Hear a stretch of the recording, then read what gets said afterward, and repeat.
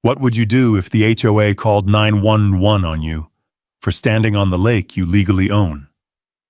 They called 911 to kick me off the lake I legally own. But once I found what my father left beneath the water, everything flipped. Missing files, fake surveys, and the one secret the HOA feared most, all rising with the truth. And then the Army Corps showed up. You won't believe what happened next.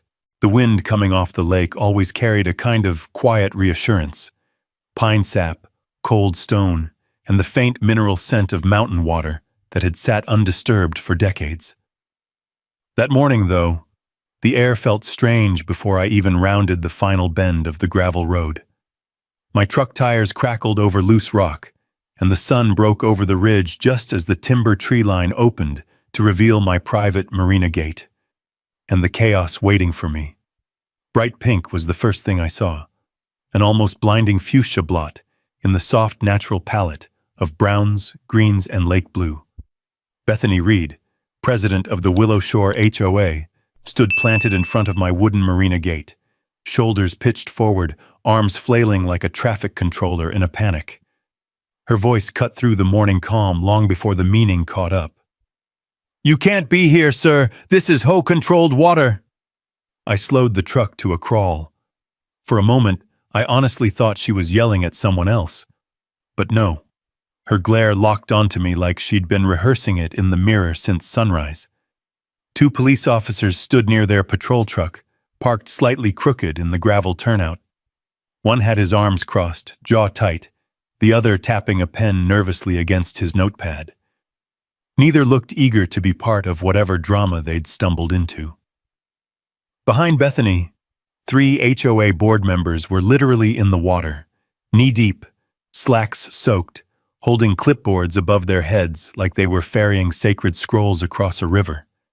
And behind them, as if mocking the entire scene, jet skis tore across the lake's glassy surface, leaving white veils of spray behind them.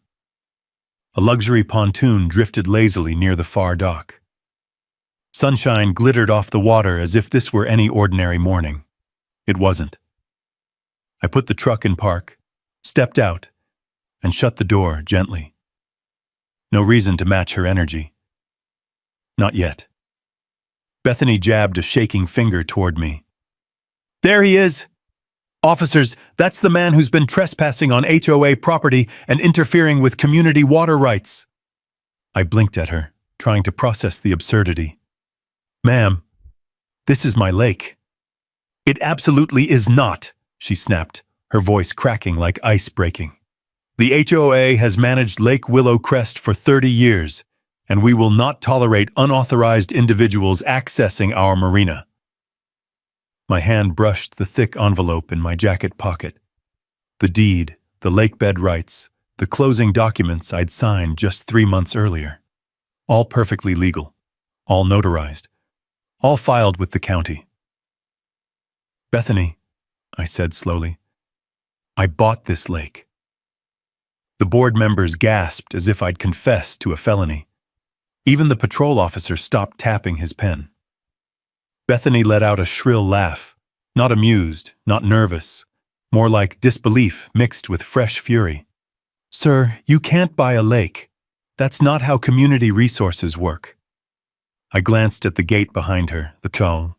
Wooden beams were still damp from last night's storm, droplets sliding down to the gravel. My padlock was gone, replaced by a gaudy brass one I'd never seen before. They'd actually locked me out of my own marina. "Where's my lock?" I asked. Bethany raised her chin proudly. "Removed for evidence." My heartbeat thudded once, slow, heavy. "Evidence of what?" "Criminal encroachment," she declared. "The HOA voted unanimously this morning to restrict all unauthorized access. And you," she pointed again, finger trembling with rage, "are unauthorized until we validate whatever fraudulent paperwork you think you have." Fraudulent. The word hung in the morning air like a spark over dry grass. One of the officers stepped forward. "Sir, do you mind explaining your connection to this property?" I exhaled steadily. Stay calm. Facts first. Emotions later. I own the entire lake bed, I said. I have the deed in my pocket. If you'd like, Bethany cut across me with a shout. No, he doesn't. He's been misled, scammed, lied to by whoever pretended this lake could be privately purchased. She splashed forward, water churning around her calves, her bright pink blazer soaking up lake water as if she didn't feel a thing.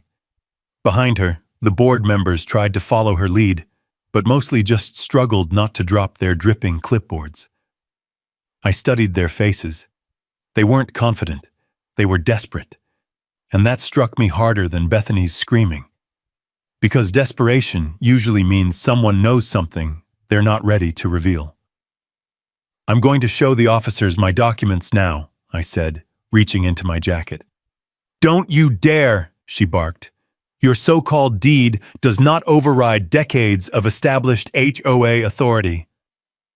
The breeze shifted, carrying the smell of wet cedar from the dock.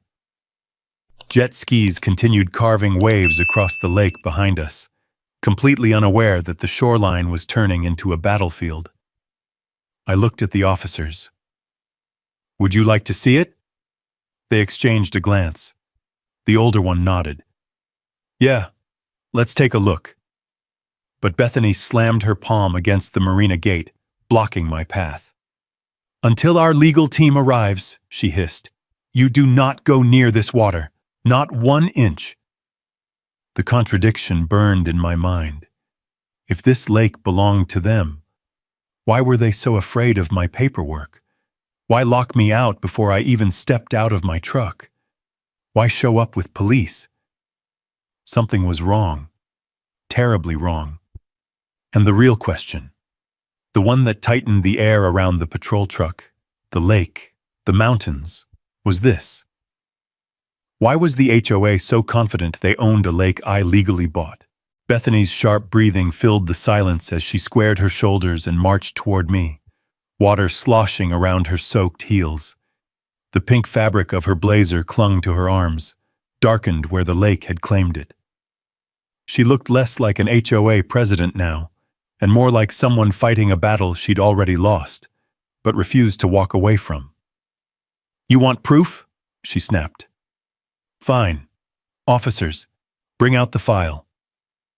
One of the board members, Patricia, if I remembered correctly, stumbled in from the water, dripping like a retriever fresh out of a pond. She held up a binder, its edges warped from moisture despite her desperate attempt to keep it above the waves.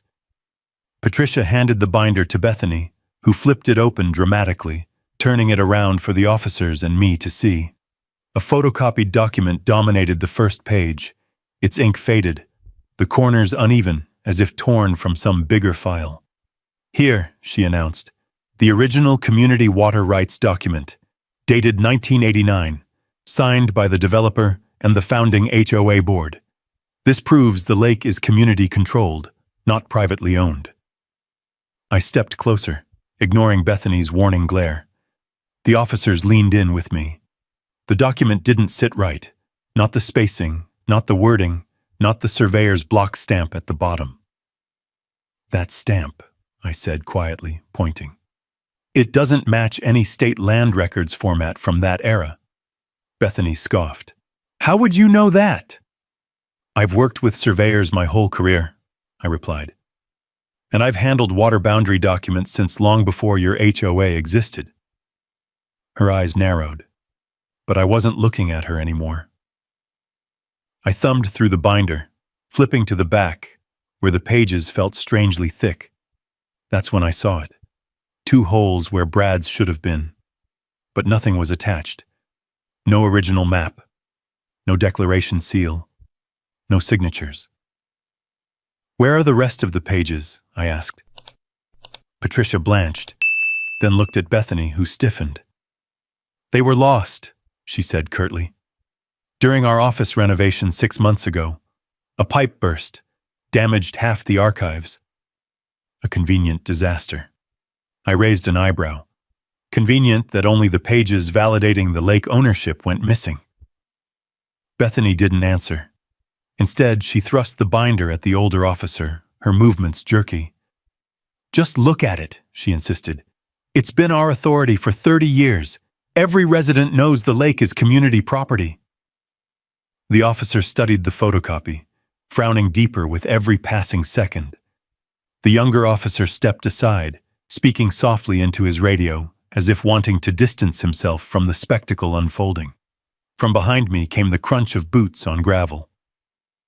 Marcus Hale, carpenter, goat farmer, and the only man I knew who could fix a fence with one hand while bottle-feeding a baby goat with the other, approached with a cautious expression. "Morning, Remy," he said, low enough so only I would hear. "Quite the welcome committee you've got." "You seen this before?" I asked, gesturing to the binder. Marcus's weathered face tightened. "Yeah, HOA pulled that same document out last year when they tried to fine me for letting my goats drink from the water line." He paused. "Except there used to be more pages, like 20 of them." "Used to be?" He nodded grimly. "Before the office renovation. Heard plenty of folks whisper about files that went missing. Pages swapped. Things rewritten." Bethany overheard him and spun around, eyes blazing. "Marcus, unless you are part of this investigation, please remove yourself from the area." Marcus raised both hands in a slow, placating gesture. "Just trying to help clarify, Bethany." "We don't need your help," she snapped. "This man," she stabbed a finger toward me, "brought this on himself by believing a forged deed." Forged. There it was again, their favorite word. I met her gaze calmly. If I were holding forged documents, you wouldn't need a binder full of photocopies and missing pages to counter them. Her jaw tightened so hard I could hear her teeth click. For a few long seconds, the only sounds were wind skimming across the marina rails, the faint slap of lake water against the dock, and the distant, carefree hum of a jet ski. Then the older officer closed the binder slowly. "Ma'am," he said, choosing his words carefully, "this document looks incomplete. Without the original survey maps or signatures, we can't treat it as definitive." Bethany's face flushed scarlet. "Incomplete?" she sputtered. "This document has governed this lake for decades." Marcus stepped closer, keeping his voice gentle. "Bethany, maybe it's time someone looked at the real records. The county survey office should have originals, assuming nothing happened to those too." Her head snapped toward him. "Nothing happened! This is all legitimate!" But there was panic in her eyes. Real panic. The kind that comes not from righteousness, but from fear of being exposed. I took a step toward her, steady, calm, deliberate. "If your authority is legitimate," I said, "then why hide the missing pages?" She opened her mouth, closed it, opened it again. But nothing came out. Patricia shifted nervously beside her, lowering her clipboard. The two other board members exchanged worried glances, their bravado gone. The officer cleared his throat.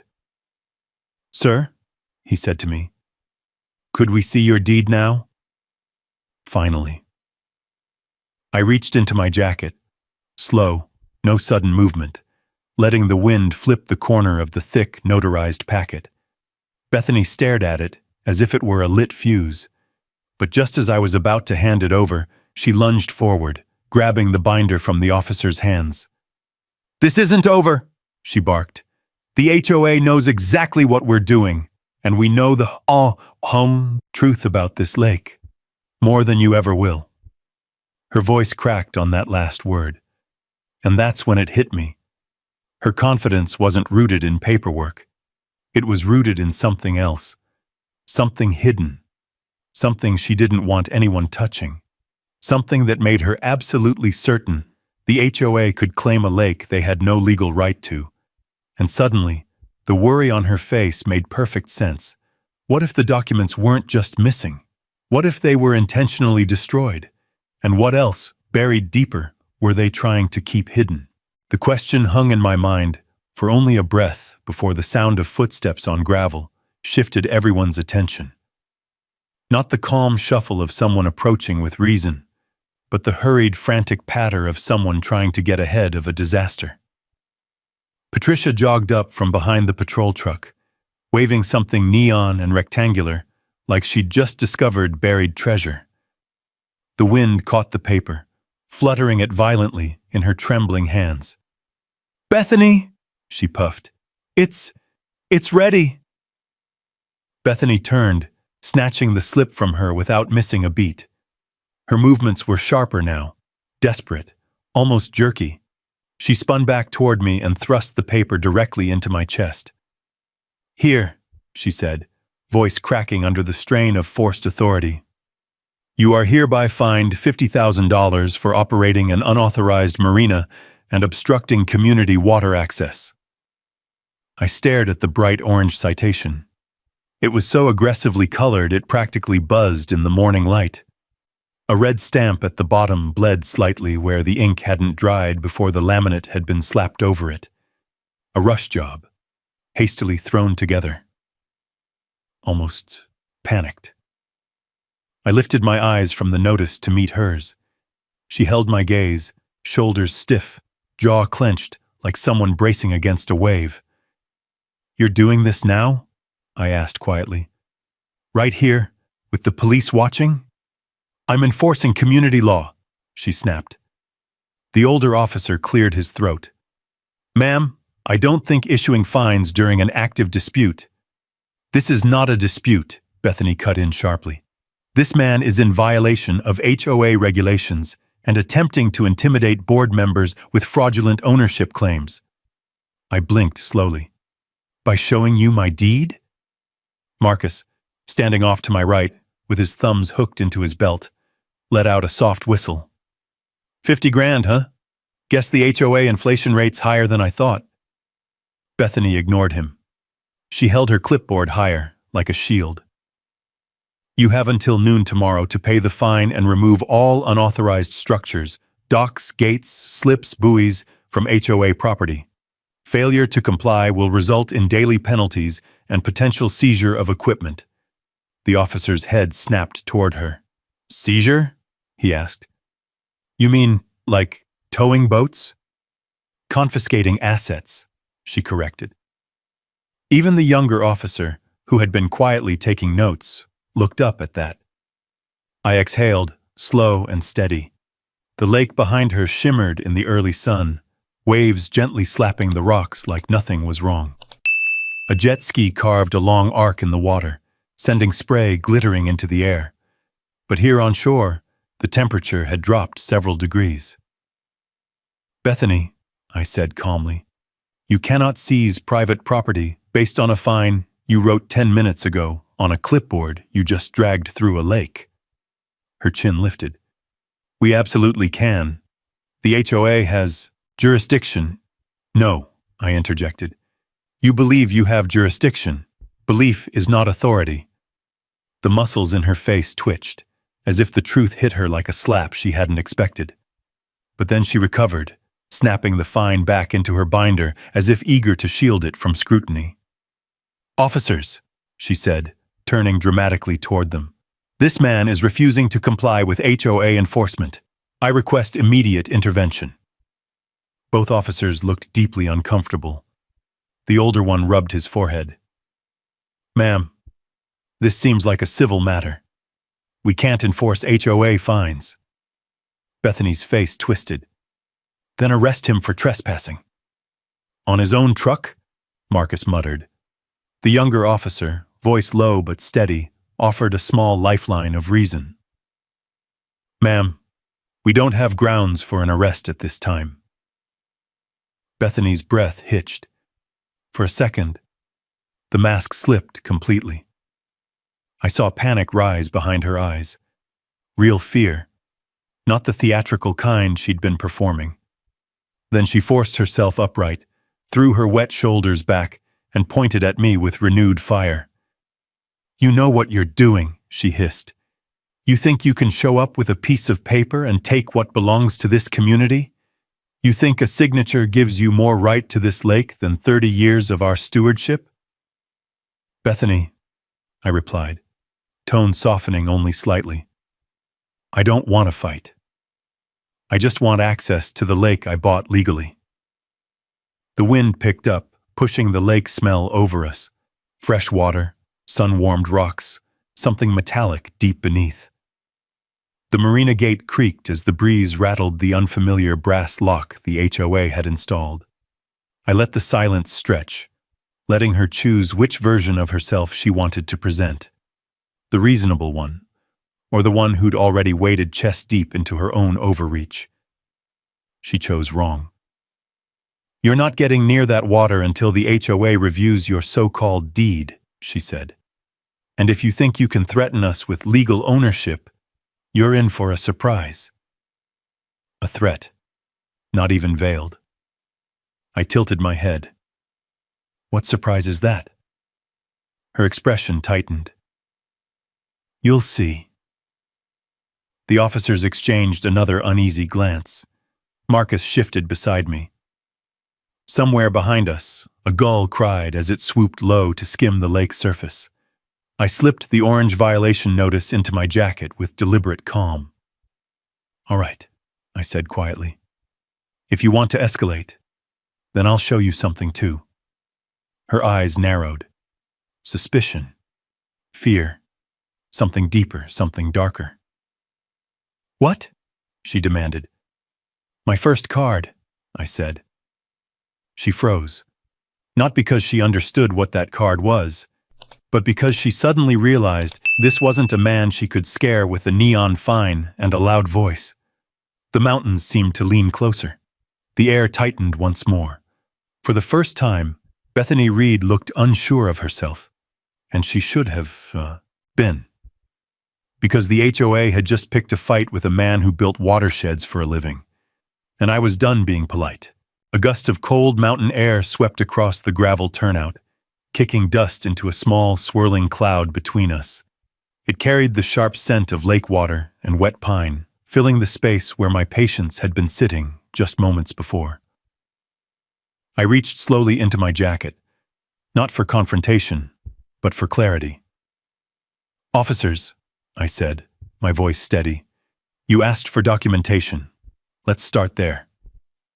I withdrew a thick, weathered folder sealed in a transparent sleeve. The edges were crisp, the pages weighted with official embossing. Bethany stiffened, her body language snapping from aggression to vigilance, like a guard dog realizing the stranger might not be bluffing. What is that? She demanded. A piece of my life's work, I replied, and the truth you've been trying very hard to shout over. I handed the folder to the older officer. He took it cautiously, as though he understood instinctively this wasn't like the neon fine or Bethany's waterlogged binder. This document carried weight. Real legal weight. Inside were printed maps of the watershed, engineering notes, survey coordinates, and my Army Corps identification from years before. My photo, much younger, hair shorter, jaw more rigid, stared back through the plastic. The officer's eyebrows rose. You were Army Corps? For nearly 2 decades, I said. Hydrological Division. My team mapped and verified every body of water feeding into Willow Crest Lake, including the flood control dam 2 miles downstream. The younger officer took the folder next, flipping through carefully. And you're saying this lake wasn't built for the HOA? It didn't even exist when the HOA was founded, I said. The lake bed was privately surveyed and retained as independent property when the dam was constructed. The shoreline homes came afterward, built by a developer who never owned the water beneath them. Bethany barked a laugh, but it faltered halfway through. You expect us to believe that? That some dam project gives you ownership over a community lake? I kept my voice gentle, not to comfort her, but because the truth didn't need volume. This is not a community lake. It's a flood basin created and defined by federal engineers, maintained through private easements, and transferred under state oversight. and I bought every inch of the lakebed fair and square. Her eyes darted to the officers, searching for disbelief or backup. She found neither. The younger officer cleared his throat. "Ma'am, this documentation looks official." "It is official," I said. "I helped design parts of this watershed myself." Marcus whistled softly again, leaning his elbow on my truck's bed rail. "Well, now that explains why the HOA's been sweating lately." Bethany shot him a look sharp enough to cut bark. "You stay out of this, Marcus." He lifted both palms. "Just saying what everyone's thinking." The wind shifted again. Cool, crisp, brushing across the lake like a hand smoothing wrinkled silk. Jet skis buzzed distantly, the sound bouncing off the rocky cliffs and drifting back toward us. The contrast was almost absurd. Carefree summer play on the water while a legal earthquake built itself on shore. "It still doesn't prove anything," Bethany said sharply. "The real boundaries are underwater, not in that folder. Anyone can claim land on paper. Until you show physical proof, your paperwork is meaningless." I felt something in me settle. A click, like a lock turning. Because she had just opened the door I needed. Physical proof, underwater boundaries, and, most telling of all, her insistence that what mattered lay beneath the surface, not in the binder she had presented, not in the documents she waved around, not in the authority she brandished like a badge. No. What mattered was what she didn't want anyone to see. Behind her, waves kissed the shore in slow, rhythmic beats. The wooden marina gate creaked gently as the breeze pressed against its boards. The mountains loomed above us, silent witnesses to a fight 30 years in the making. I turned toward the officers. "Did you both hear her just now?" The older one nodded slightly. "She said the boundaries are underwater." "Exactly," I said. "Which means if we want the truth, we go look there." Bethany paled. It was quick, so quick most people might have missed it, but I saw the fear flash under her composure. "No," she snapped. "We do not go diving into the lake. That's dangerous, unauthorized, reckless. And yet you claim it's community property," I replied. "Owned and managed by your HOA. Why would you be afraid of verifying the boundaries?" Her mouth opened, then closed again. The younger officer spoke up. "Actually, ma'am, if underwater markers exist, they'd be definitive. It would solve jurisdiction one way or another." "I agree," I said. "I have sonar equipment in my storage shed just down the shoreline. Marcus and I can take a small boat out and scan the lakebed." Bethany shook her head, her voice rising with each word. "No, absolutely not. You cannot conduct unauthorized activity on community waters." I let out a slow breath. "I'm not conducting anything unauthorized. I'm inspecting property I legally own." Her denial came too quickly, too fiercely. That was when I heard tires on gravel again. Dust swirled behind a silver SUV as it pulled up beside the patrol truck. The door opened, and Sarah Mitchell, my land use attorney, stepped out in a slate gray suit, hair pulled back, expression sharp and focused. She carried a leather portfolio under one arm. "Sorry I'm late," she called out as she approached. "I heard the HOA requested police intervention over your lake access again." Bethany's head whipped toward her. "Who are you?" Sarah offered a professional smile. "The attorney who's about to save my client from the consequences of your paperwork problems." She opened her portfolio, drawing out the certified deed, the notarized lakebed rights transfer, and the county's stamped record of sale. She laid them across the hood of the patrol truck. Dust swirled around the edges, carried by the breeze. "These," Sarah said, tapping the documents, "prove beyond any doubt that the lakebed belongs entirely to Mr. Cole. And the records show no HOA jurisdiction, anywhere, ever." Bethany's mouth worked, but no sound came out. The younger officer leaned forward, scanning each seal and signature. These are legitimate. They are, Sarah confirmed. And if necessary, I'll subpoena state archives to retrieve the original 1980s Federal Survey records, something your HOA seems unusually anxious about. The color drained from Bethany's face. Her hands clenched so tightly around her clipboard, I could hear the metal ring fasteners creak. "What are you implying?" she asked, voice unsteady. "That the truth is underwater," Sarah replied. Bethany's breath caught. The wind stilled. The lake quieted. Even the jet skis seemed to soften their roars, as if the mountains themselves were leaning in. Sarah turned to me. "If she insists the boundaries are underwater, then we verify them. Today." Bethany took a step back, then another. And that was when I knew she wasn't just afraid of the truth. She was afraid of what we might find beneath the waterline. For a long moment, no one spoke. Even the breeze seemed to quiet, as though the entire lakeshore held its breath. The mountains stood still, their shadows draped across the early morning water, and the polished surface of the lake reflected the sky like a mirror, undisturbed, undemanding, and impossibly calm compared to the chaos on shore. Sarah angled her chin toward me, the faintest nod. A signal. A green light. "Let's go," I said. Marcus clapped his hands once, his boots crunching over the gravel as he moved toward my boathouse, a weathered structure of rough-cut pine boards and rusted hinges that clung stubbornly to the shoreline like it had been there long before any HOA dreamed of existing. He knew where I kept the sonar equipment. I watched him disappear around the corner of the marina gate. Behind us, Bethany sputtered back into life. "You can't take a boat out," she shouted. "Not without HOA approval." The older officer turned to her, rubbing the bridge of his nose. "Ma'am, unless you can prove the HOA owns the lake bed, Mr. Cole has every right to inspect the property." Bethany's hands trembled around her clipboard. "You don't understand. This is sensitive land." I faced her evenly. "Funny.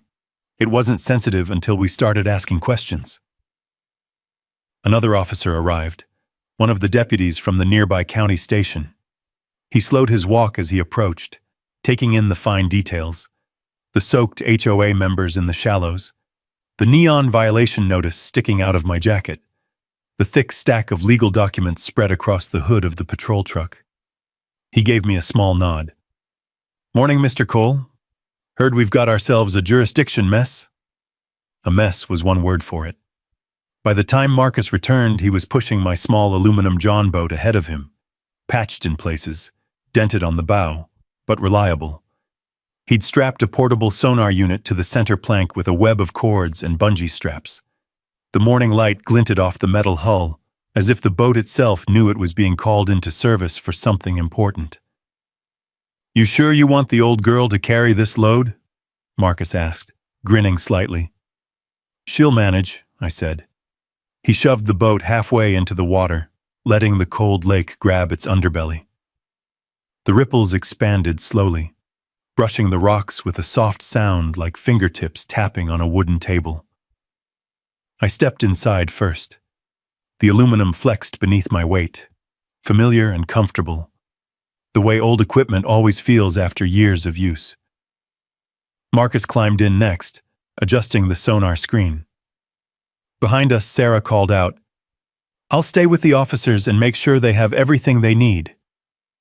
Really, she meant, make sure the HOA doesn't try anything while you're out there.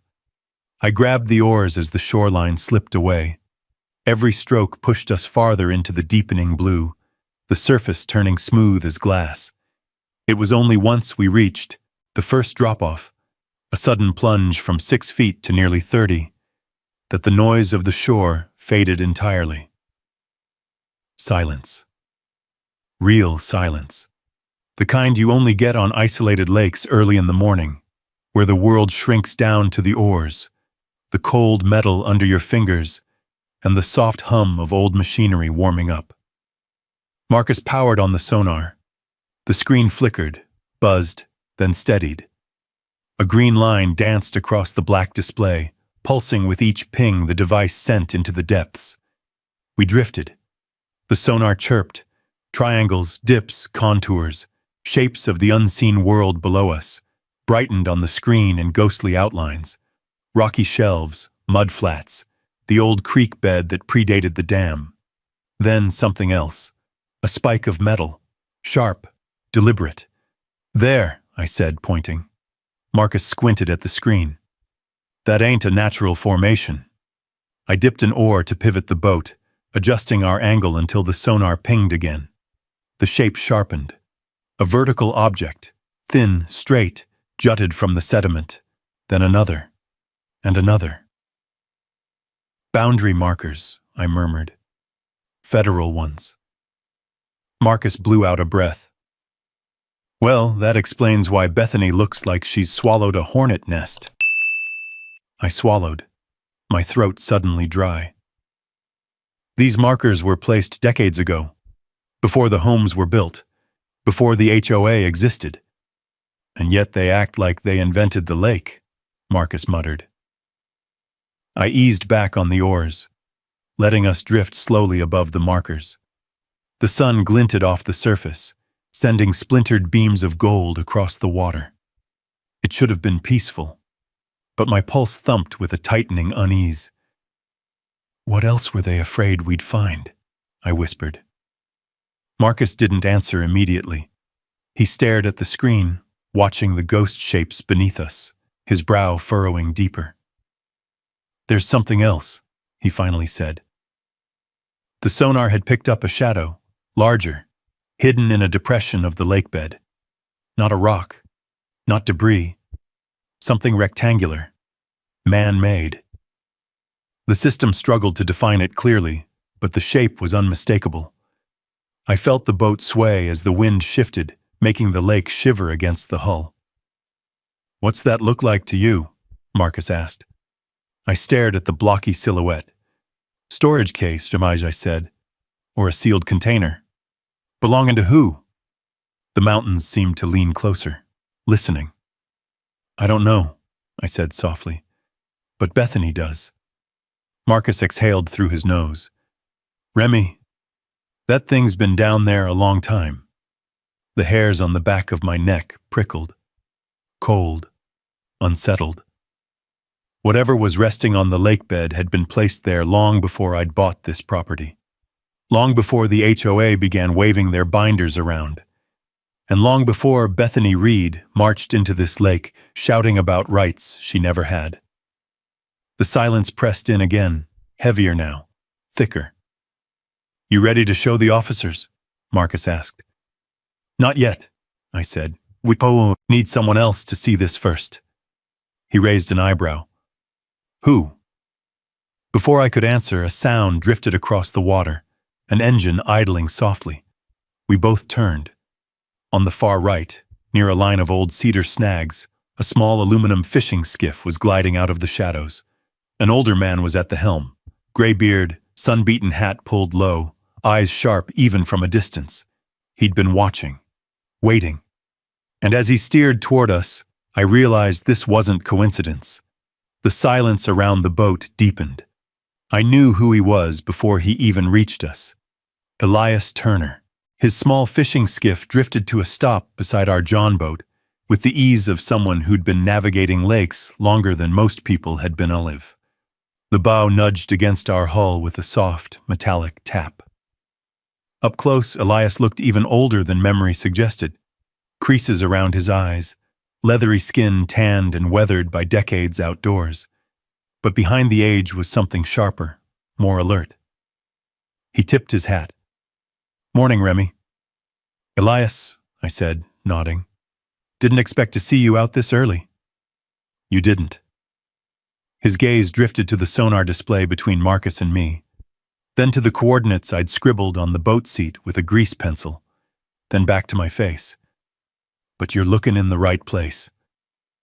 Something in his tone tightened the air. Marcus leaned an elbow on the railing. You know about these markers? Oh, I know a lot about what's under this lake. Elias rested his hands on the sides of his skiff. Reason I've been keeping an eye on it for 30-odd years. A chill crept through me, soft but steady, like cold water rising over boots. You worked with the survey team, I said. Didn't you? Elias's eyes moved to mine, searching, then nodding once, slow, deliberate. That I did, he said. Back in 87 and 88, before the dam was completed. Your father and I were part of the crew marking the boundaries, confirming silt beds, building the initial flood maps. My breath caught for just a second. My father rarely talked about his old projects. I'd known he'd worked in this region, but not here. Not this lake. You and my dad? I asked. Elias's face softened. Good man. Quiet. Knew more about mountain watersheds than most engineers 10 years his senior. He nodded toward the sonar screen. He's the one who set most of those markers you're looking at. The lake gave a gentle roll beneath us, rocking the boats against each other. The ripples fanned out toward the distant marina, where tiny figures, Bethany, her board members, the officers, Sarah, watched from shore. Their shapes flickered in and out with the glare of sunlight bouncing off water. Marcus folded his arms.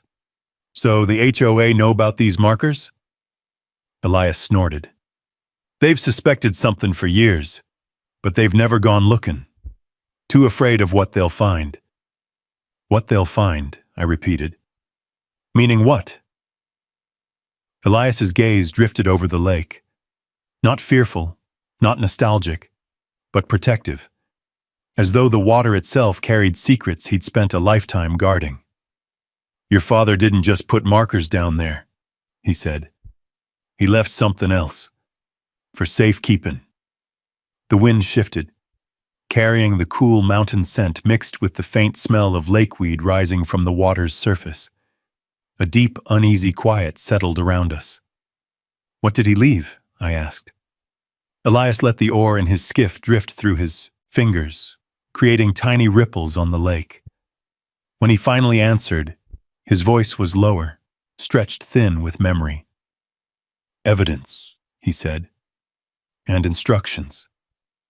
Your father told me that if anything ever went sideways with ownership, if the county, developers, or some HOA tried to claim what wasn't theirs, I was to make sure his son knew where to look. A lump formed in my throat. My father had died 10 years ago. This lake, these markers, this entire watershed, all suddenly felt heavier, connected to something more personal than I'd realized. Marcus let out a low breath. Well, I'll be damned. The sonar beeped again, louder this time, more insistent. The rectangular shadow on the display grew sharper as our boats drifted closer to the deep depression. Elias pointed at it with the end of his oar. There. You're right above it. The metal case? I asked. Aye, he murmured. Placed it with my own hands. Sealed it in a federal-grade container, weighted it proper, logged the coordinates in a file that never made it to the damn county office. My eyebrows lifted. Why not? Elias shrugged one shoulder, the movement stiff with age. Your father said not to trust him.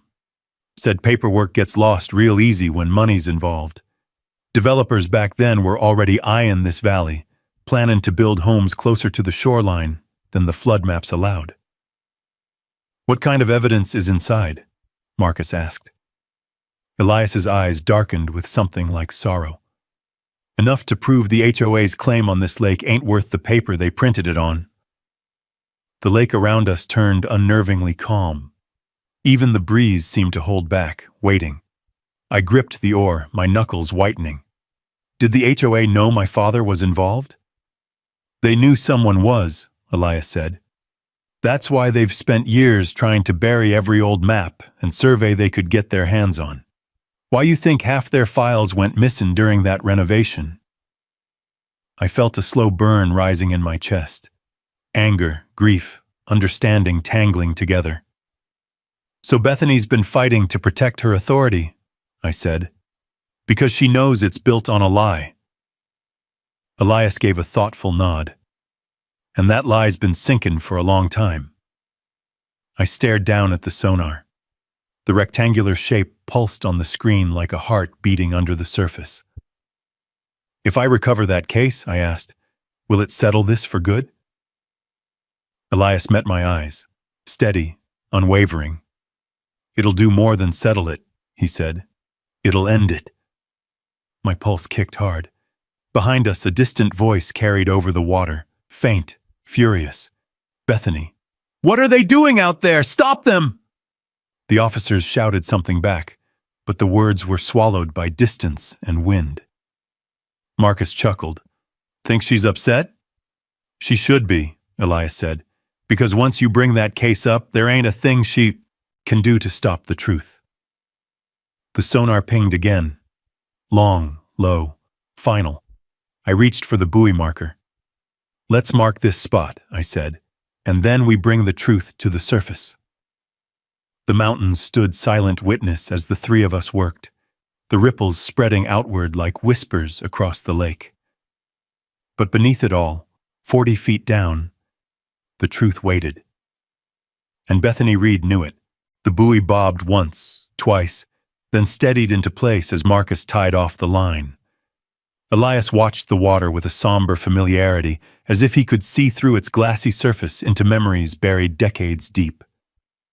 The breeze shifted again, stirring pine needles along the shoreline and carrying the faint metallic scent of lake minerals. Behind us, distant shouting carried across the water. Bethany.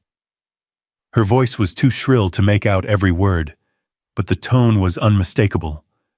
Panic wrapped in authority, unraveling thread by thread. The officers must have been trying to keep her contained because she wasn't getting any closer, for now. I took a deep breath and let my eyes fall to the sonar again. The rectangular shadow glowed faint on the screen, a muted promise rising from the sediment, waiting. You sure about this? Marcus asked quietly. No, I admitted, but I'm sure I have to. Elias nodded approvingly. Your father would have said the same thing.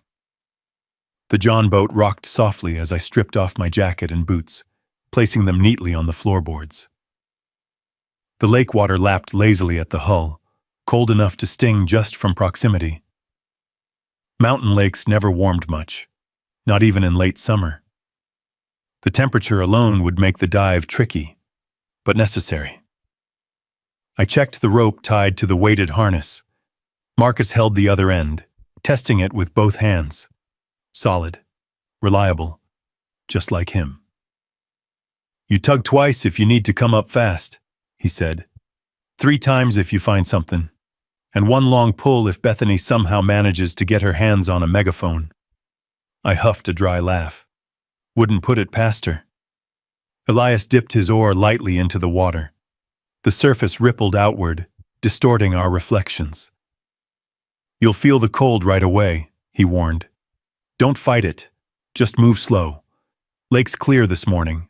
Visibility's maybe 12, 15 feet. After that, it'll get dark. Dark, cold, unknown. But I'd worked in worse. I slipped into the water feet first. The cold hit like a slap, sharp, breathtaking, but a familiar kind of shock. I let my body adjust, muscles tightening instinctively before settling into controlled focus. Above me, the sky framed itself in a shrinking oval as I descended. The water enveloped my ears, sounds muffled, light dimmed. My heartbeat thudded steadily, each pulse a small echo in the vast quiet. I kicked downward, following the rope, letting the lake draw me deeper. The world narrowed to shifting shades of blue and green. Particles drifted around me like tiny flecks of suspended ash. Then, as I neared the bottom, the shadow sharpened beneath me. A metal case, rectangular, sealed, wedged into the sediment. About 3 feet long, a dull sheen reflected what little light filtered through. Its edges were clean, unmistakably engineered. Dad's work, Elias's hands, a 35-year-old secret. I touched it. Silt lifted in a cloud around my fingertips, billowing, like smoke in slow motion. The case was heavier than I expected, dense, purpose-built. There was a small embossed marking on its top corner, barely visible under the grime. U.S. Army Corps of Engineers. My chest tightened. This wasn't just some forgotten storage box. It was official, intentional, protected, and hidden. I wrapped both arms around it, bracing my feet against the lake bed. With a powerful kick and a steady pull on the rope, I heaved upward. The weight resisted at first, like the lake was reluctant to release it. But momentum took over, carrying us both upward through the green gloom. As my head broke the surface, Marcus's shout echoed across the water. "He's got it! He's got it!" They dragged me and the case into the John boat with a heavy splash, water sloshing everywhere. My breath came hard, pulling cold air into burning lungs. But I managed to laugh. Relief, disbelief, exhilaration mixing into something electric. Bethany's distant scream rang across the lake. "Stop them! That's federal theft! He's stealing property!" Sarah's voice fired back, sharp, clear, unwavering. Too far to hear every word, but the cadences of legal authority carried beautifully over water. Elias leaned forward, squinting down at the metal container. "Still sealed," he murmured. "Good sign." Marcus tapped the latch. "You want to open it here?"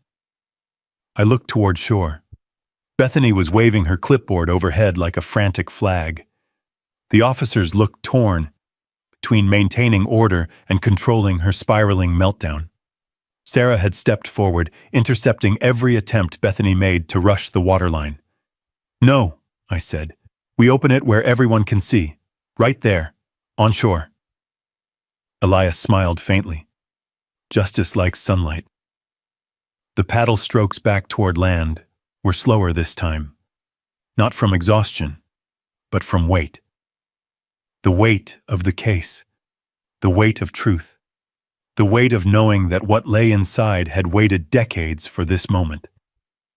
As we neared the marina gate, the shouting grew clearer.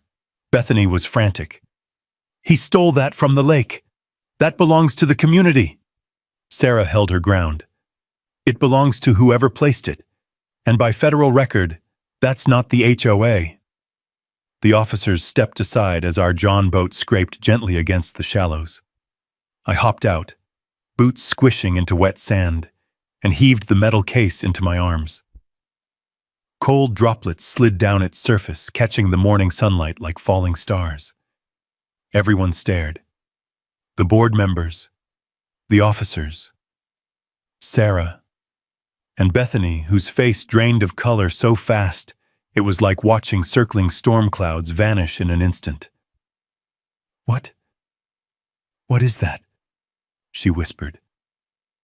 "The proof," I said softly, "that this lake never belonged to you." Sarah knelt beside me as I unlatched the case. The metal creaked, a small, stubborn sound, like history resisting its own reveal. Then the seal gave way. Inside, wrapped in oilcloth and secured with brass fittings, lay the original survey maps. Crisp, unfaded, color-coded. Signed by my father and witnessed by federal engineers. The real boundaries, the real ownership, the real truth. Sarah's breath hitched. "Remy, do you know what this means?" I did, and so did Bethany. She stumbled backward, clipboard slipping from her fingers, splashing into the water at her feet. No amount of shouting could save her now. A moment stretched, thin, fragile, tense as fishing line, before it snapped with the blare of distant sirens echoing down the mountain road. Heads whipped toward the sound. Gravel crackled. Birds scattered from the treetops in a startled flutter. Bethany's eyes widened. No, they can't be coming again," she whispered, as if the very idea betrayed her authority. But the sirens grew louder. 2 patrol cars appeared around the bend, tires skidding slightly on loose gravel before rolling to a stop beside the already present cruiser. Doors slammed. Dust surged in a brown cloud around their boots. The new responding officers looked around the lakeside chaos with immediate confusion. HOA members dripping wet, police forming a hesitant semicircle, a metal engineering case open on the ground, and me kneeling beside decades-old federal documents. "What exactly is going on here?" one of them asked. Before I could speak, Bethany found her voice again, thin, trembling, but still reaching for control. "Officer, thank goodness, arrest him!" She pointed at me with a shaking hand. "He stole a federal container from the lake. That is federal theft. That is—" Sarah stepped smoothly between us, her calm a complete contrast to Bethany's unraveling composure. "Officers," she said evenly, "the container belonged to Mr. Cole's father, an Army Corps engineer. We have chain of custody records, notarized statements, and federal signatures confirming possession. I'd be happy to show them." The lead officer frowned. "Federal? As in government property?" "Yes," Sarah said, "and Mr. Cole is the lawful inheritor. The HOA president is misrepresenting the situation." Bethany barked a harsh laugh. "Misrepresenting? Misrepresenting? He dove into the water and stole it." Marcus tapped the side of his boot with a stick he found on the beach. "Well, considering it was in his lake, I'd say that makes it his fishing trip." One of the original officers rubbed his temples. "Ma'am, we already told you earlier, without proof of HOA ownership, this isn't trespassing." But, she sputtered, "the HOA has managed this lake for decades." Sarah uncapped a pen and pointed at the oilcloth-wrapped documents. "Managed illegally. These maps predate your entire association." The federal seals gleamed faintly in the sun. The geological notations were unmistakable. The signatures, authentic, verified. The officers traded glances. The air shifted. The mood changed. Authority, real authority, had entered the conversation, and everyone felt it. That's when a jet ski roared past, slinging a curtain of spray across the shallows. The droplets shimmered like tiny crystals in the sunlight before splashing across the rocks. The jet ski's engine faded into the wide mountain silence, but the ripple it left across the lake seemed to underline the moment. Things were no longer in Bethany's control. She stood in ankle-deep water, wet blazer clinging to her arms, mascara smudged by lake mist and panic. Her voice cracked as she tried again. "You don't understand. He's lying. That case could be anything. He planted it." Elias stepped forward with a steadiness that silenced even the officers. "Ma'am," he said gently, "I was the one who helped place that box down there, 35 years ago." The world stopped. Bethany's mouth fell open. Sarah straightened, stunned. Even I felt the breath leave my lungs, though I'd suspected as much. "You... what?" one officer asked. Elias nodded slowly. "Your HOA wasn't even founded yet, and Remy's father trusted me to help secure federal surveys in that lake before any of these houses were here." He paused, his eyes softening with old memory. "Your folks have been building authority on a foundation that ain't yours." Bethany swallowed hard. For the first time, there was no fire behind her eyes, only dread. "No," she whispered. You can't prove that." Sarah picked up one of the sealed engineering documents and held it out toward the closest officer. "We already have, and I've called someone who can verify the rest." Bethany stiffened. "Called who?" The answer arrived before I could speak. A voice crackled over the officer's radio. "County Dispatch to Unit 7. Be advised, Army Corps liaison en route to your location. Repeat, Federal liaison en route." Bethany turned ghost white. Sarah crossed her arms. "You insisted this was federal theft, Bethany, so I invited the federal government to weigh in." The officers stepped back instinctively, giving space for what was about to unfold. Bethany shook her head violently. No, you can't do this. The HOA has rights. We have paperwork. We have..." "Missing files," I said. Her head snapped toward me. Photocopies. Her face twisted. And a history of threatening people to maintain the illusion of authority. She sputtered, furious, but her words fell apart under the weight of the documents lying open beside me. Clean, crisp, authoritative, undeniable. Sarah looked down at the maps again. This ends today. Behind us, the lake shimmered with the first touch of afternoon light. Calm, still, waiting. And for the first time since the confrontation began, I felt the tension in my shoulders loosen, just slightly, as if the lake itself exhaled, as if truth finally had room to surface. But beneath that momentary relief lurked something else, a pulse of anticipation. Because if the Army Corps was truly on its way, this was about to get a whole lot bigger. The mountain road curled along the ridge above the lake, sun flashing against the windshield of a dark SUV descending with steady purpose. Its tires rolled slow but certain over gravel, raising a muted plume of dust that drifted lazily into the sunlight. Every pair of eyes on shore shifted toward it. Officers, board members, even Marcus leaned forward like he could pull the vehicle closer by will alone. Bethany stood frozen in the shallows, her soaked blazer clinging to her like a shrinking costume.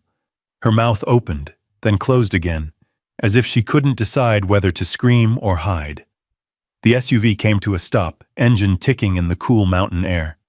A woman stepped out, mid-40s, sharp posture, hair pulled tight beneath a field cap bearing the insignia of the U.S. Army Corps of Engineers. She carried a tablet under one arm and wore an expression that didn't suggest she'd come for casual conversation. "Good morning," she said, her voice calm but crisp. "I'm District Commander Avery Lawson. I understand there's been a dispute involving federal property." Every HOA board member stiffened as if she'd just pointed a spotlight at them. Sarah stepped forward first. "Commander Lawson, thank you for coming. We have retrieved sealed Corps documents dated to the original watershed survey. The HOA is challenging Mr. Cole's ownership rights." "Challenging?" Commander Lawson repeated, glancing toward me. "On what grounds?"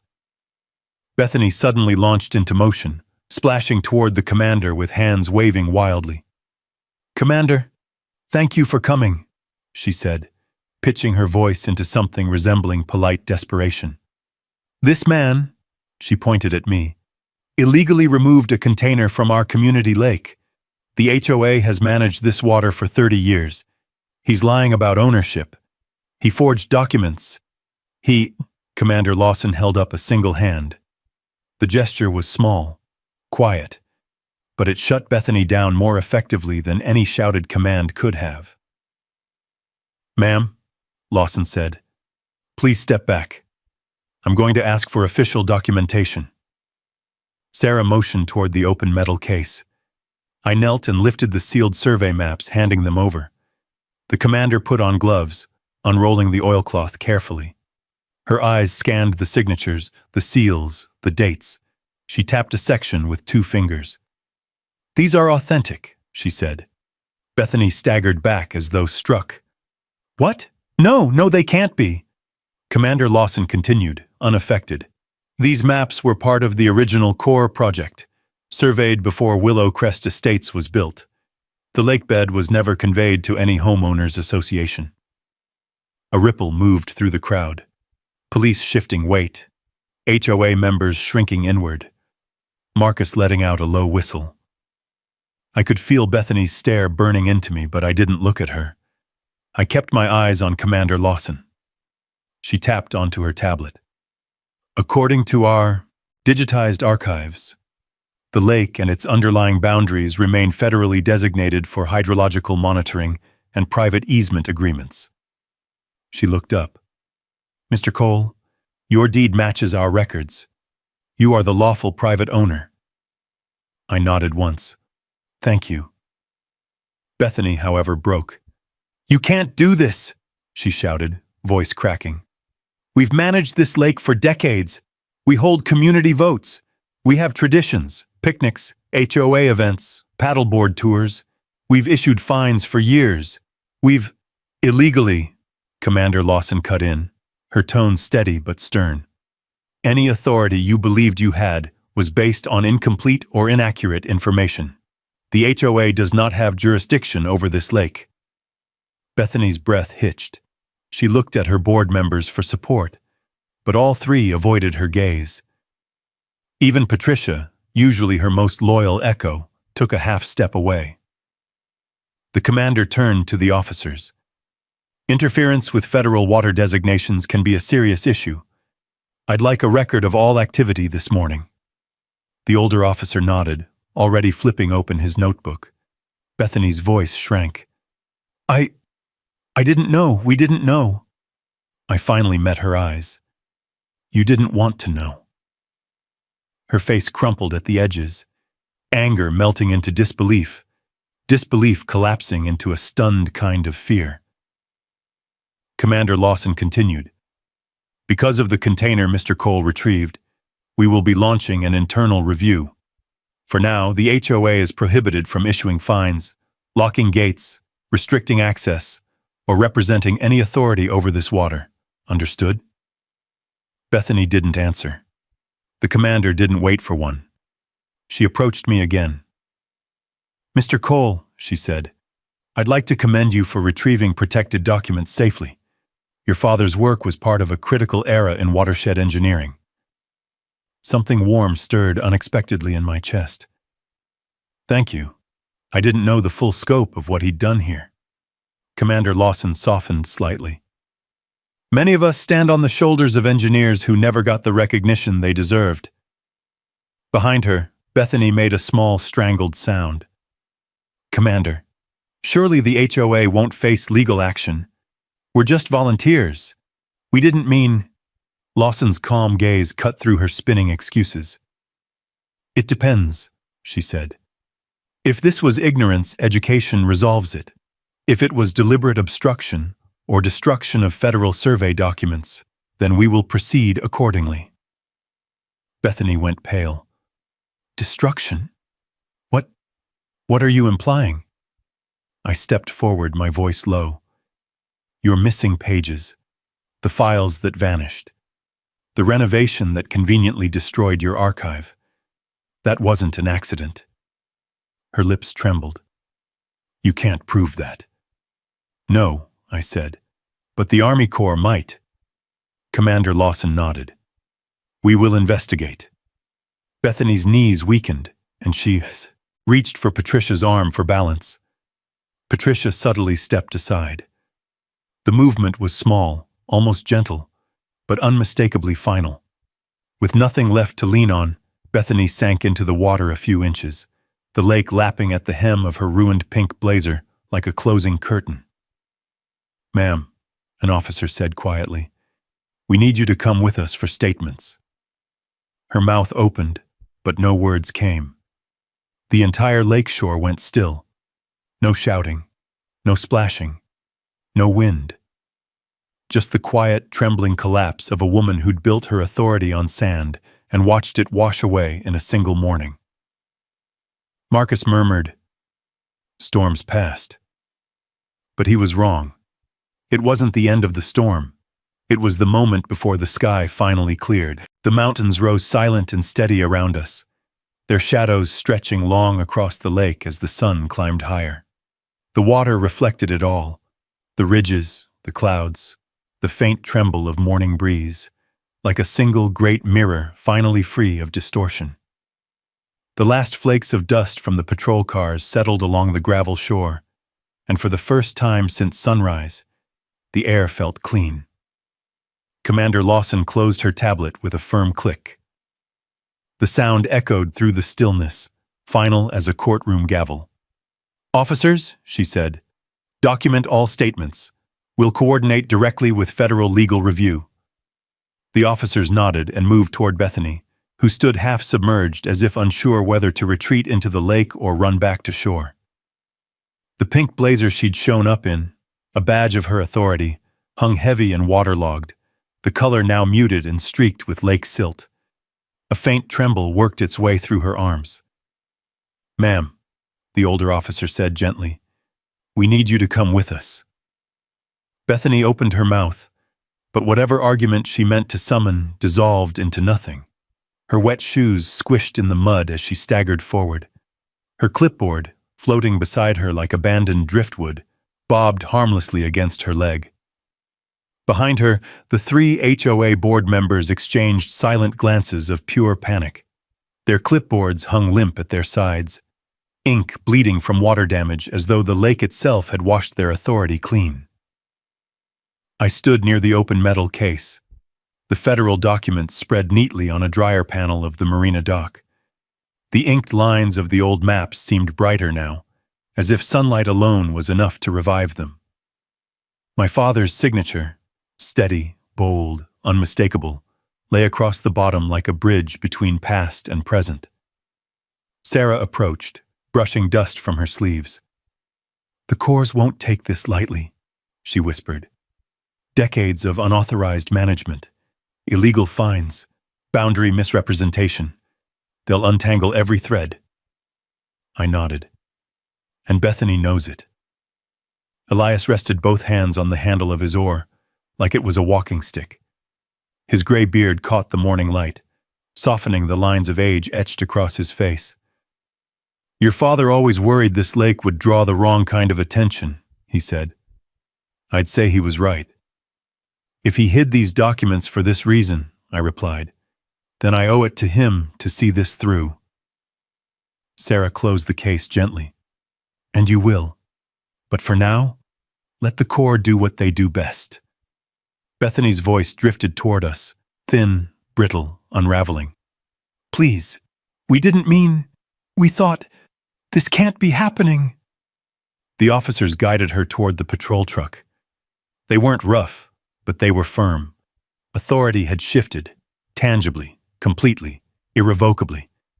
Marcus kicked at a stone near his boot. Kinda poetic, ain't it? He said. Spent years threatening folks with fines, and now she's the one facing questions. Justice doesn't always come fast, Elias added, but it comes. As Bethany was helped into the back seat, she looked at me, really looked at me, for the first time that morning. Her face no longer held anger or defiance, just fear, and a quiet, dawning understanding. Her reign over this lake was finished. The officers shut the door. The sound echoed like a page turning. Commander Lawson turned back to me. For the time being, Mr. Cole, you are free to resume full access to the lake and marina. Any interference from the HOA should be reported immediately. Understood. She gave a curt nod, then strode toward her SUV, already raising her radio to speak to someone upstream in the chain of command. The gravel crunched under the tires as her vehicle rolled away. Slowly, one by one, the patrol cars followed. Their engines faded into the distant hum of wind and water, leaving the lakeside the way it had been hours earlier. Quiet, peaceful, whole. Only this time, the peace was real. Sarah brushed her palms together. Well, she said, exhaling deeply, that's one way to spend a morning. Marcus laughed. Next time y'all need excitement, just shoot me a text. I'll bring popcorn. Elias smiled softly, the kind of smile that holds both relief and memory. Your father would be proud, he murmured. I swallowed past a tight lump in my throat. I hope so. I walked out onto the freshly reopened dock. The wooden planks felt warm beneath my boots now, sunlight spreading across them like a welcome mat. A pair of children paddled kayaks near the shore, their laughter drifting across the water in bright, buoyant notes. Their parents watched from the sand, no longer herded or warned by HOA board members claiming ownership. Freedom felt like ripples on the water, small, quiet, expanding. Sarah joined me at the edge of the dock. What will you do next? I looked out over the lake, my lake, its surface glinting gold where sunlight touched it. Protect it, I said simply. from misuse, from misinformation, from those who mistake authority for ownership. Elias tapped the dock with the end of his oar. And we'll help. Lake's got history worth preservin'. Marcus nodded. And future worth fightin' for. I exhaled slowly, letting the crisp mountain air fill my lungs. The lake shimmered like a living thing, reflecting sky, holding secrets, carrying stories. The storm had passed, the sky had cleared, and for the first time since I'd bought this place, I felt the true weight of what I'd inherited. Not just land, not just water, but a responsibility deeper than the lake itself. They tried to drown me in paperwork, I murmured, watching sunlight scatter across the ripples. But all it took was the truth rising back to the surface. If you've ever had to stand your ground against an HOA, drop a simple yes in the comments, or just type justice so we all know you're out there. Stories like this remind us that sometimes the only thing stronger than paperwork is the truth behind it. And if you enjoy these tales of land, grit, and hard-earned peace, I'd love to have you stick around. Hit subscribe and join us for the next story.